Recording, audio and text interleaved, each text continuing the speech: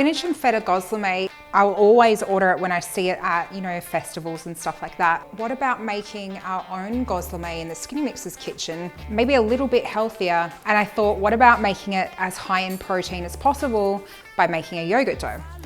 Of course, it's not open. 1 second.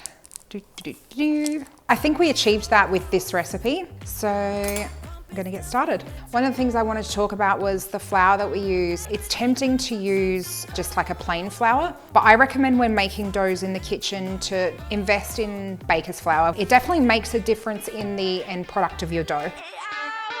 And by the power of Thermomix, we're gonna knead this up now. Our dough is now ready to go. Tip it out onto your dough mat or a lightly floured bench top if you don't have a handy silicone mat. You just want to bring your dough together like this, and we are going to let that rest. So in the meantime, without washing the bowl, we're going to make our spinach and feta filling. And we want to remove our spinach to a nut milk bag. Now, if you don't have nut milk bags, you can just use a Chucks or a tea towel. We want to squeeze out as much excess moisture as we can. This is just so your gozleme don't turn out soggy.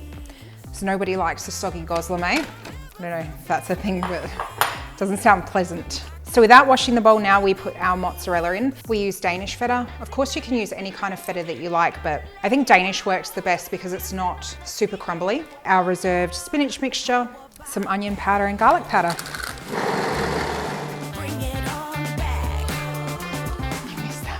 So now that our dough has rested for 15 minutes, we want to divide it into 6.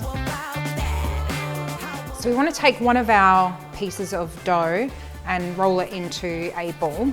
And then we want to roll it out to a dinner plate size. So we want to roll it out to 20 centimeters. I like this dough mat. I got it from the mix shop because it actually has the measurements printed on it. Oh, that's looking pretty good. And now I want to take 1/6 of my mixture and spread it evenly over one side of the dough, like that. I want to take this side and fold it over. And I want to start sealing the edges. And as I'm doing that, I want to push the air out. This is one way that you can prevent your gozleme from exploding or falling apart during the cooking process.